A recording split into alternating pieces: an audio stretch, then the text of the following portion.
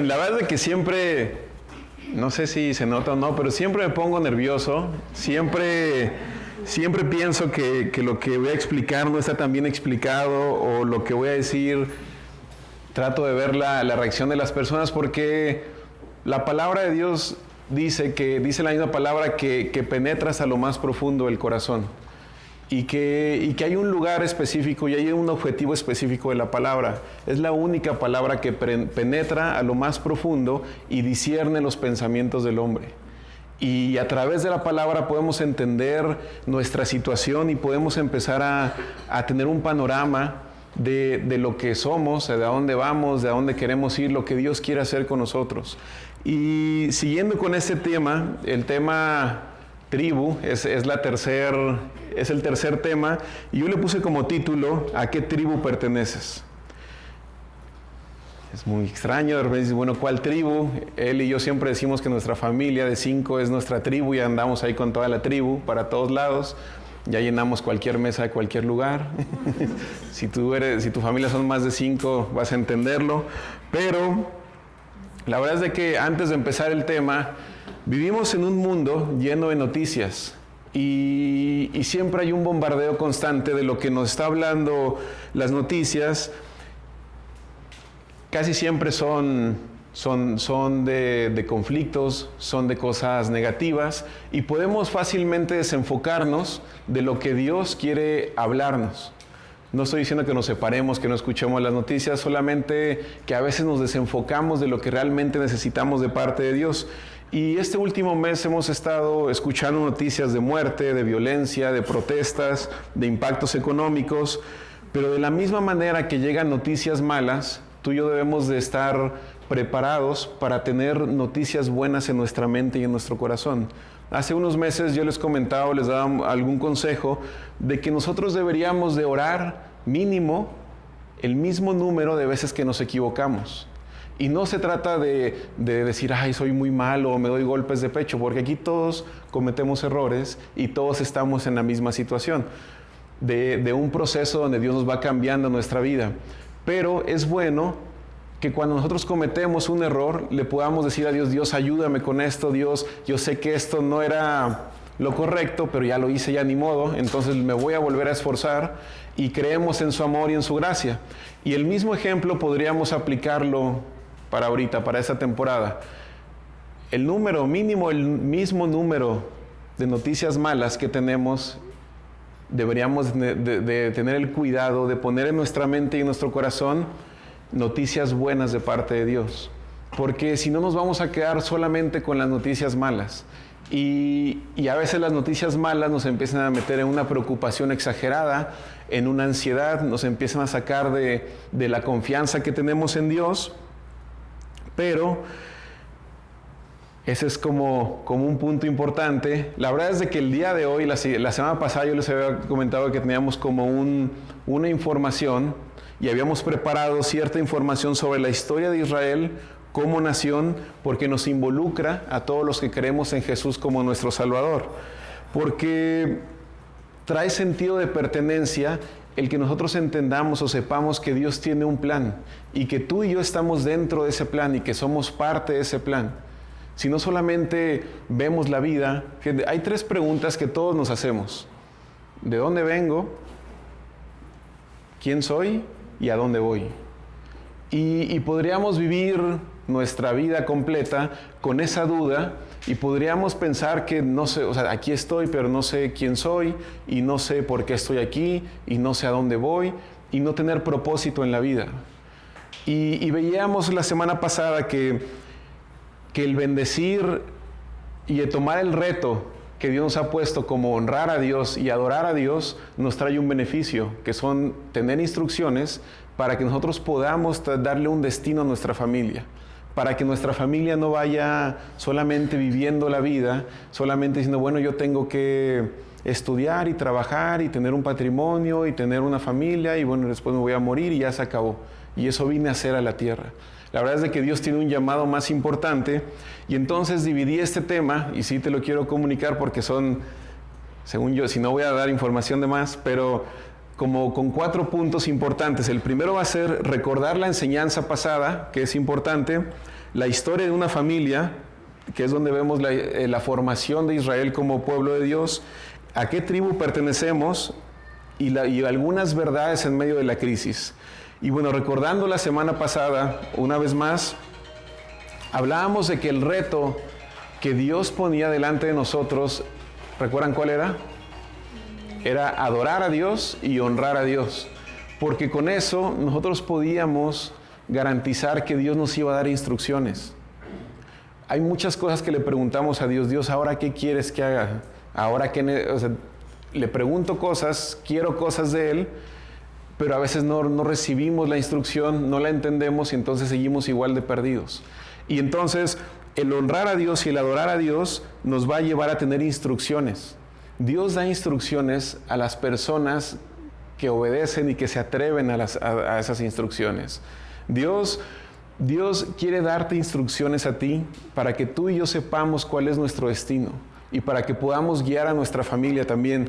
Veíamos el ejemplo de Noé y su familia. Siempre vemos, o muchas veces vemos, y le atribuimos todos los créditos a Noé. Decimos, es que Noé hizo un arca y Noé obedeció a Dios, pero la Biblia dice literalmente, este es el relato de Noé y su familia. No fue solamente Noé, sino fue Noé y él involucró, por haber honrado las instrucciones de Dios, él involucra a toda su familia y Dios bendice a toda la familia y les da un destino y les da un propósito. Entonces, Dios honra a quienes le honran. Y cuando tú y yo nos atrevemos a honrar a Dios, a honrar su palabra, a estar atentos a lo que Él nos está aconsejando, Dios no nos va a imponer nada. Ni Dios ni la iglesia. Así no es Dios. Dios nos da un consejo, nos dice, por aquí es el camino, esto es lo que te recomiendo. Y en cada uno de nosotros está el atrevernos a honrar esas instrucciones. Pero cuando nosotros estamos un poquito confundidos, un poquito perdidos en primero quién soy y qué hago aquí y a dónde vengo y qué voy a hacer yo, y después tenemos familia y nos envolvemos dentro de los compromisos en los que todos estamos y solamente es trabajar por el dinero y darles un patrimonio, perdemos un poquito de visión.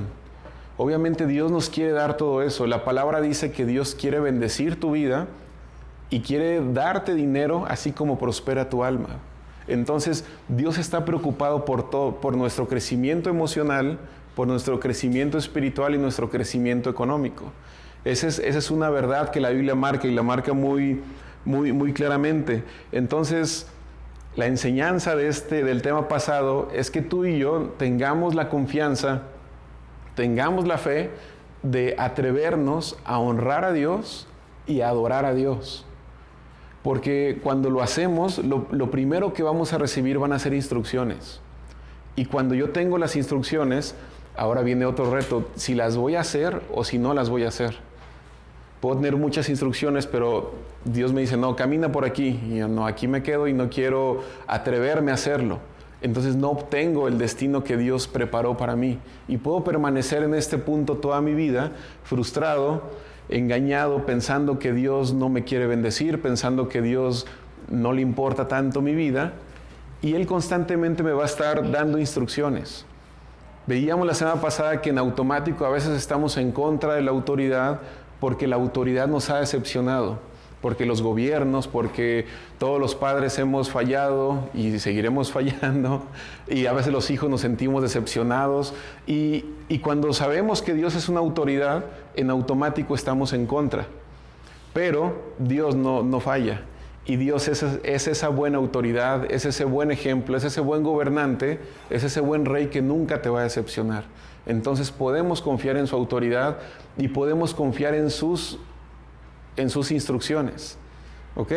Este es como el resumen del primer tema, porque Dios está muy interesado en la familia.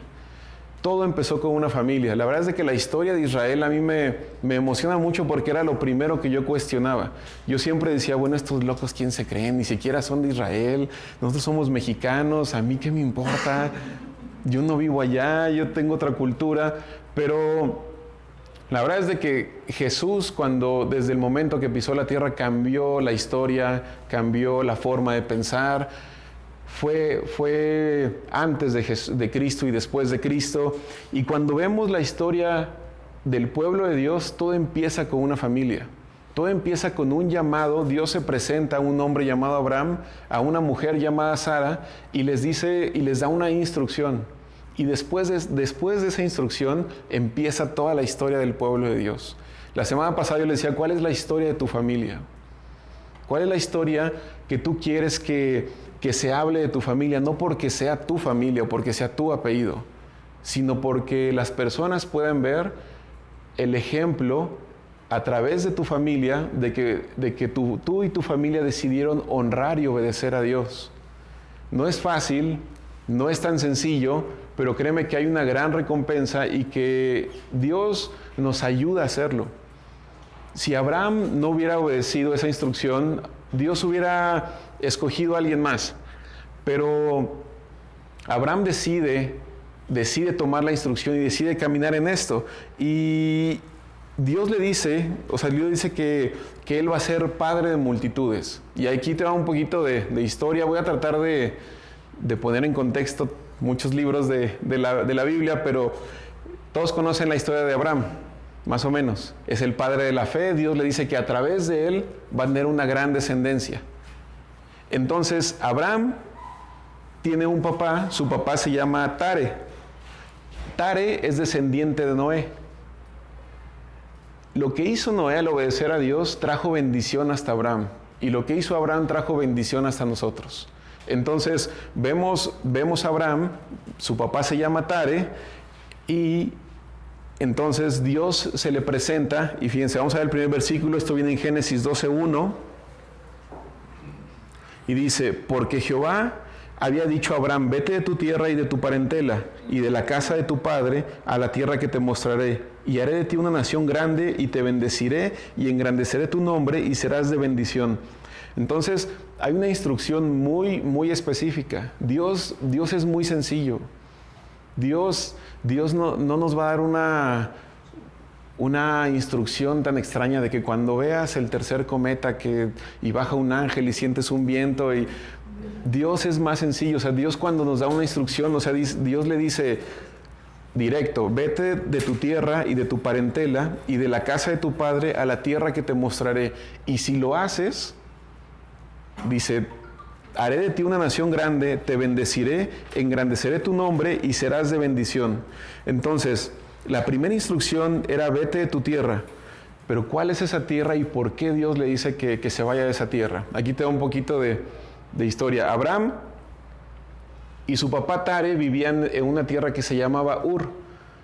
Entonces, la Biblia, en el libro de Josué y la historia, dice que el papá de Abraham, que se llama Tare significa como quedarse estacionado o el que atrasa los tiempos. Y la Biblia dice que Tare había perdido como la cultura de adorar a Dios y que él adoraba a otros dioses. Entonces, Abraham estaba bajo la cultura y bajo la autoridad de su papá, que se llama Tare. Y ellos vivían y creció en una tierra que se llama Ur. Y cuando Tare decide llevarse a toda su familia a una tierra que se llama Canaán, hay una ciudad intermedia que se llama Harán.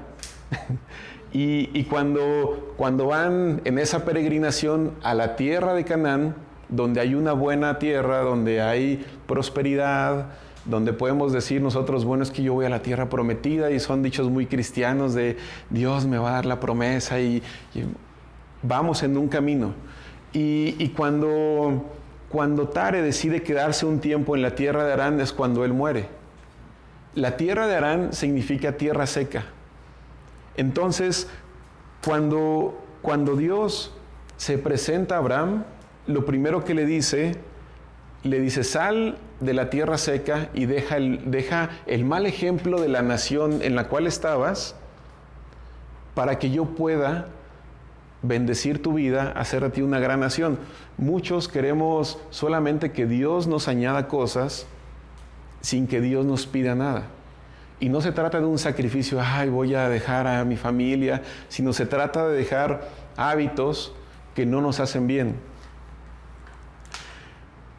Tú puedes ver en el libro de Josué, ahí después lo lees, pero en el capítulo 24, Josué dice que el padre de Abraham era una persona que había dejado a Dios, ya no adoraba a Dios, había cambiado su adoración y ya estaba adorando a otros dioses. Entonces, en otras palabras, Dios le dice a Abraham, estás en una tierra seca. O sea, tu situación actual, estás en una tierra seca donde no vas a dar ningún fruto. Después le dice, deja el mal ejemplo de tu tierra, que era la tierra de Ur, porque ahí era Mesopotamia, Babilonia y toda esta onda. Después dice, deja la cultura de tu padre. Se escucha medio extraño porque la semana pasada veíamos que nosotros como padres podemos dar el ejemplo a nuestros hijos y a nuestra familia de honrar y bendecir a Dios para poder inspirar más que ordenar. Entonces es bien fuerte que Dios se presente a Abraham y le diga, deja la cultura de tu padre y si lo haces, haré de ti una nación grande, te bendeciré, engrandeceré tu nombre y serás de bendición. Esto todos lo quisiéramos, que Dios se nos presentara, que nos dijera, voy a hacer de ti una nación grande, de tu familia la voy a bendecir y vas a bendecir a otros. Y todos decimos, sí, yo quiero. Pero hay instrucciones atrás, hay instrucciones donde Dios necesita que también nosotros caminemos. Abraham tenía la oportunidad de cambiar la historia de su familia. Podía decidir arriesgarse a obedecer a Dios y lo hizo. Y cuando lo hizo, Dios le da, son grandes pasos de la historia, pero Dios le da un hijo llamado Isaac y después Isaac tiene un hijo llamado Jacob. Y es en este punto donde Dios decide formar de Jacob al pueblo de Dios a través de establecer 12 tribus con los 12 hijos que tuvo Jacob. Esto viene en Génesis 35:10, porque primero Dios se presenta a Jacob. Me estoy brincando muchos eventos, pero Dios se presenta a Jacob y le dice esto. Le dice en Génesis 35:10, y le dijo Dios, tu nombre es Jacob, no se llamará más tu nombre Jacob, sino Israel será tu nombre, y llamó su nombre Israel. También le dijo Dios, yo soy el Dios omnipotente, crece y multiplícate, una nación y conjunto de naciones procederán de ti, y reyes saldrán de tus lomos. La tierra que he hablado a Abraham, a Isaac, la daré a ti y a tu descendencia después de ti daré la tierra. Y estos son los hijos que tiene Jacob. Y en la Biblia tú vas a encontrar que el pueblo de Dios está formado por 12 tribus. Estas son las 12 tribus de los hijos de Jacob. Dios había dado oportunidad a Jacob de que a partir de estas 12 tribus el pueblo de Dios creciera. Creció tanto, crece el pueblo de Dios. Antes de que sea un pueblo grande, hay una escasez de alimento. Viene la historia de José, ahí vemos a José, el penúltimo hijo de Jacob. Conocemos la historia de que todos esos 12 hijos fueron a pedir alimento a Egipto. Para no hacerte la historia tan grande, ellos crecen en Egipto, se vuelve un pueblo muy grande, viene un faraón que ya no conoce a José y los vuelven esclavos. Y por eso el pueblo de Dios estaba como esclavo dentro de las órdenes de Egipto. Pero es importante como saber todo esto, porque es la historia de una familia. Y tú y yo, créeme que pertenecemos a esto, ahorita vamos a ver por qué. Pero en este punto, todos iban a tener una herencia, que era una tierra. Era la tierra prometida, excepto Leví, porque los levitas, su tribu se dedicaba a otra cosa. De su tribu iban a salir los adoradores y los sacerdotes. Y Dios les dijo, ustedes no van a gobernar una tierra. Y también desaparece, digamos, José. Y en el lugar de José y en el lugar de Leví quedan los hijos de José, que es Manasés y Efraín. Y entonces eso es lo que tú vas a ver en la historia de la Biblia. Vas a ver la historia de las 12 tribus, ya no vas a ver la tribu de Leví como un gobierno, y no vas a ver la tribu de José, vas a ver la tribu de Manasés y la tribu de Efraín. Son datos como interesantes, pero esta historia es de una familia, ellos son familia, son hermanos, se pelean, tú sabes que a José lo venden como esclavo, es como en todas las familias. Entonces, lo que marca la Biblia es de que el comportamiento de estas tribus, hay peleas, hay separación, hay exilio, se divide el reino de Dios en el norte y el sur. En el norte hay 10 tribus, en el sur hay 2 tribus. Las 10 del norte son cautivas por los asirios. Las 2 tribus de abajo, que es Judá y Leví, quedan cautivas por los babilónicos. Y después de eso, estas tribus se arrepienten y Dios les da chance de regresar a su territorio. Pero ahora regresan sin tener autoridad y sin tener autonomía. Y regresan siendo llamados judíos. Entonces, es como la historia de toda esta familia. A partir de ahí, es de que ahora nosotros conocemos que hay judíos regados por todo el mundo, que son las 10 tribus perdidas de Israel. Las 2 tribus regresaron, pero ahora regresaron sin autoridad y regresaron siendo llamados judíos. Y a partir de ese punto, es como empezamos como a reconocer la historia ahora sí de los judíos, de Jesús y de nuestro Salvador. Pero en ese punto haz de cuenta, acaba el Antiguo Testamento, pasan alrededor de 460 años y empieza el Nuevo Testamento. Hay un silencio de Dios en ese tiempo. Y de repente se levanta un hombre, o un niño más bien, en una sinagoga de la tribu de Judá, descendencia de David, y él dice: el Espíritu del Señor está sobre mí, por cuanto me ha ungido a llevar buenas nuevas a los cautivos, sanidad a los enfermos, a pregonar la buena voluntad de Dios. Y todos sabemos quién es ese hombre, ¿no? Es Jesús. Entonces, Dios tenía un plan, o tiene un plan, para regresar a su pueblo a ser otra vez guiado por Él. Dios tiene como ese plan de regresar a su pueblo.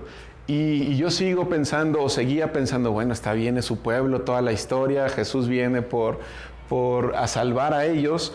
Pero entonces, cuando Jesús aparece, no solamente aparece para salvar a la tribu perdida, no solamente aparece para decir, bueno, este es el plan, vengo a rescatar a los que estaban perdidos y ahora vengo a morir por ustedes y ahora vamos a estar cerquita de Dios todos. Sino que ese es el punto más importante para nosotros. Porque la Biblia dice que dentro de las profecías del fin de los tiempos hay una pausa. Vino Jesús a la tierra y le puso pausa hacia el cassette, sí, pausa. Y esa pausa lleva 2020 años. Y en esa pausa es donde Jesús dijo: ahora no solamente los que son de mi pueblo, sino los que no eran, ahora van a ser. Y ese es el punto donde nosotros entramos y vemos a Jesús como ese buen pastor que vino a salvar lo que se había perdido. Él hablaba de las tribus que se habían perdido, pero ahí, por su amor y su misericordia, Él nos añade en ese pueblo. Y nos hace ser partícipes. Lucas 19, del 9 al 10, dice: Jesús le dijo: hoy ha venido la salvación a esta casa, por cuanto él también es hijo de Abraham. Estaba hablando de Zaqueo, pero Jesús le dice: ha venido la salvación, él mismo era la salvación, a esta casa, por cuanto Zaqueo también es hijo de Abraham, porque el Hijo del Hombre vino a buscar y a salvar lo que se había perdido. Entonces vemos que el plan de Dios se va cumpliendo. Dios, después de Noé, la descendencia de Noé da a Abraham, y la descendencia de Abraham da a Isaac, a Jacob, y después de Jacob vienen las 12 tribus. Y le dijo a David: en tu reinado no va a hacer falta alguien que esté al frente, y voy a poner, de tu descendencia voy a poner un reino de todas las cosas. María, la madre de Jesús, era de la tribu de Judá, era familiar o descendiente de David. Entonces, Dios tiene como todo el plan para salvarlos, y es ahí donde nosotros entramos.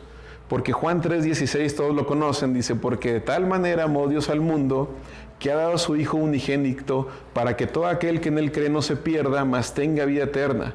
Porque no envió Dios a su Hijo al mundo para condenar al mundo, sino para que el mundo sea salvo por él. Jesús no solamente vino a reconciliar las tribus de Israel, no solamente vino a estar en medio entre Dios y las tribus de Israel, sino Jesús vino por todos nosotros. Porque antes no éramos, pero ahora somos. Porque ese es el punto más importante de la iglesia ahorita. No éramos, pero ahora somos. Yo no sé si tú te habías preguntado eso. Yo siempre me lo pregunté, yo siempre dije: ¿por qué? Yo no soy de Israel, no tengo esa cultura, ni mi familia. Pero Dios dice: todo el que me recibe, lo hago hijo, y lo hago partícipe. Y entonces estamos viviendo en esa pausa, y podemos buscar a Dios mientras pueda ser hallado. Y entonces, ahora, Dios o Jesús nos hace parte de algo, porque no éramos, pero ahora somos. Y la Biblia dice que ahora somos sus hijos, somos reyes, somos sacerdotes, somos ministros, somos nación santa, somos pueblo adquirido por Dios, somos embajadores de Dios, somos herederos, somos partícipes de su gloria. Ahora no somos de la tribu de Judá, ni de la de Rubén, ni la de Leví, somos de la tribu de Jesús. Gracias a Jesús, nosotros somos parte de una tribu. Y es la única tribu, la tribu de Jesús, la que ha sido llamada a predicar el Evangelio. Ninguna otra tribu, o sea, vemos la tribu de Leví y decimos: bueno, ahí estaban los sacerdotes y los levitas y los que hacían música, los que adoraban. Pero ninguno en el Antiguo Testamento Dios le dijo: ay, bueno, a ver tú, la tribu de Rubén, levántense y vayan a predicarle a los moabitas para que se conviertan a nosotros y Dios los bendiga. Eso no pasaba. Pero la tribu de Jesús sí es así. Por eso Dios decide, o Jesús decide reclutarnos, decide adoptarnos, y somos parte de una tribu que siempre va a ir más adelante. Somos de la tribu que siempre va a estar empujando. Tenemos un privilegio fuerte, porque la Biblia dice que los ángeles están desesperados por compartir y predicar la palabra de Dios, pero que Dios no se los dio. O sea, imagínate todos los ángeles diciendo: yo le predico a no sé quién, y yo lo convenzo, y úsame a mí, Dios. Y Dios dice: no fue para ti, fue para la tribu de Jesús. Fue para los que Jesús fue a salvar. Y no estamos hablando del pueblo de Dios, estamos hablando de nosotros que no éramos pueblo. Y no sé si te emociona saber que perteneces a una tribu, que es la tribu de Jesús, que es la tribu del Salvador, que Él va a venir, y que estamos ahorita en una pausa. Lleva 2020 años esa pausa. Y la Biblia dice que no sabemos cuándo va a regresar Jesús. No sabemos ni la hora ni el día, pero que le pongamos atención a las señales, lo que está pasando en el mundo y demás. Pero fíjate lo que dice esas tres palabras, o sea, estos tres versículos. El primero viene en Efesios 2:11. Y entonces empezamos a entender, yo empecé a entender cómo el apóstol Pablo empieza a hablar de Israel y empieza a hablar de nosotros. Dice: por lo tanto, acordaos de que en otro tiempo vosotros, los gentiles, en cuanto a la carne, erais llamados sin circuncisión por la llamada circuncisión hecha con mano en la carne. En aquel tiempo estabais sin Cristo, alejados de la ciudadanía de Israel y ajenos a los pactos de la promesa, sin esperanza y sin Dios en el mundo. Pero ahora en Cristo Jesús vosotros, que en otro tiempo estabais lejos, haber sido hechos cercanos por la sangre de Cristo. O sea, Pablo dice: antes no eran, pero ahora son, por el sacrificio de Jesús. Gálatas 3:28 y 29, ese está muy bueno, porque dice: ya no hay judío ni gentil, ni libre, esclavo ni libre, hombre ni mujer, porque todos ustedes son uno en Cristo Jesús. Y ahora que pertenecen a Cristo son verdaderos hijos de Abraham. Son sus herederos y la promesa de Dios a Abraham les pertenece a ustedes. Entonces, Jesús viene a la tierra a cambiar inclusive la cultura de su pueblo. Y este versículo me lo pasó Arturo, pero es muy bueno porque hay una, ¿sabes lo que decían los judíos? ¿Cómo oraban? Los judíos oraban a Dios y le decían: Dios, muchas gracias por no haberme hecho gentil. Dios, muchas gracias por no haberme hecho mujer. Y Dios, muchas gracias por no haberme hecho esclavo. Esa era la oración de los judíos. Y entonces Jesús viene y les dice: ya, déjense de tonterías, todos somos iguales, yo vengo a morir por todos, todos tenemos el mismo valor. Y por eso Pablo dice: ya no hay hombre ni mujer, ya no hay esclavo ni... ¿Qué más dice? Esclavo ni libre. Y dice que todos, todos pertenecemos, podemos pertenecer a esa nueva tribu. A la tribu de Jesús, donde si lo traducimos, entonces Jesús no es elitista con las personas. Él abraza a todas las personas. Él dice: ya no hay ni libre ni esclavo, yo quiero a todos. Y Jesús dice, Jesús no es machista. Jesús dice: ya, déjense de estar orando con esas tonterías de gracias por no haberme hecho mujer. Y después Jesús dice: ya no hay ni gentil ni judío. Entonces somos parte de algo importante. Somos parte de la historia del pueblo de Dios. Fíjate lo que dice, ya vamos a acabar, pero lo que dice Efesios 2:19. Dice: así que ahora ustedes, los gentiles, ya no son unos desconocidos ni extranjeros, son ciudadanos junto con todo el pueblo santo de Dios, son miembros de la familia de Dios. Antes no éramos de la familia de Dios, pero ahora somos. Y tú podrías decir: bueno, es que está de moda y de repente la iglesia cristiana tuvo un auge en Estados Unidos o en Europa hace tiempo, pero no es una moda. La iglesia de Dios, la iglesia de Jesús sigue creciendo. Y el tiempo avanza y nosotros tenemos que aprovechar el tiempo. Y la Biblia dice: busquen a Dios mientras Él pueda ser hallado. Aún puede ser hallado y aún podemos buscarlo. Entonces, la invitación de Jesús siempre fue: ven, sígueme. Le dijo a sus discípulos: ven, sígueme. Y cuando Jesús se fue, le dijo a sus discípulos: vayan y hagan algo.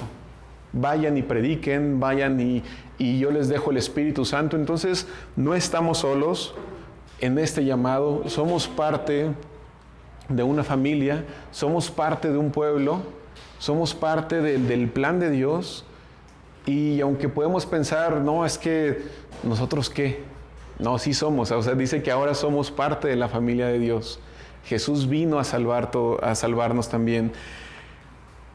Jesús dijo: en el mundo vamos a tener aflicciones, pero no se preocupen porque yo he vencido al mundo. Y ese punto es muy importante porque esta crisis puede sonar como una tormenta, puede sonar como una aflicción, pero yo creo que estamos en una temporada donde podemos tener confianza en Dios, donde podemos decir: yo pertenezco a la familia de Dios, y porque pertenezco a la familia de Dios, Dios me pertenece, yo le pertenezco y soy partícipe de lo que Él es. Y Él tiene sanidad y tiene protección para su familia.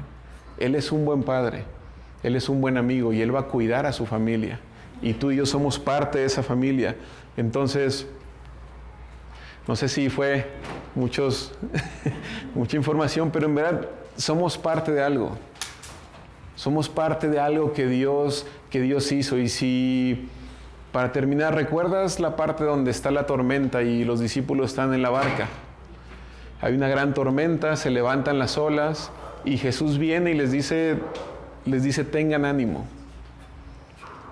Y esa palabra, tener ánimo, es muy significativa porque significa capacidad o fuerza humana para hacer o resolver una situación. Cuando Jesús les dice a los discípulos, tengan ánimo, les está diciendo, ya les di la capacidad de resolver esta situación. No importa la crisis que estemos viviendo, no vamos a ser negligentes, vamos a atender a las autoridades, pero vamos a tener fe y no vamos a caminar con miedo y no vamos a caminar con temor, porque somos parte de la familia de Dios, porque antes no éramos, pero ahora sí somos. Y tú puedes ver toda esta historia, la puedes leer, pero ahora somos parte de algo. No solamente somos alguien que decidió ir a una iglesia y bueno, te recibo, Jesús, y siento bonito y pues me va bien y estos locos dicen que tú me vas a bendecir y ya. Dios nos adoptó como parte de su familia. Tenemos un sentido de pertenencia, juntos somos mejores. Amén.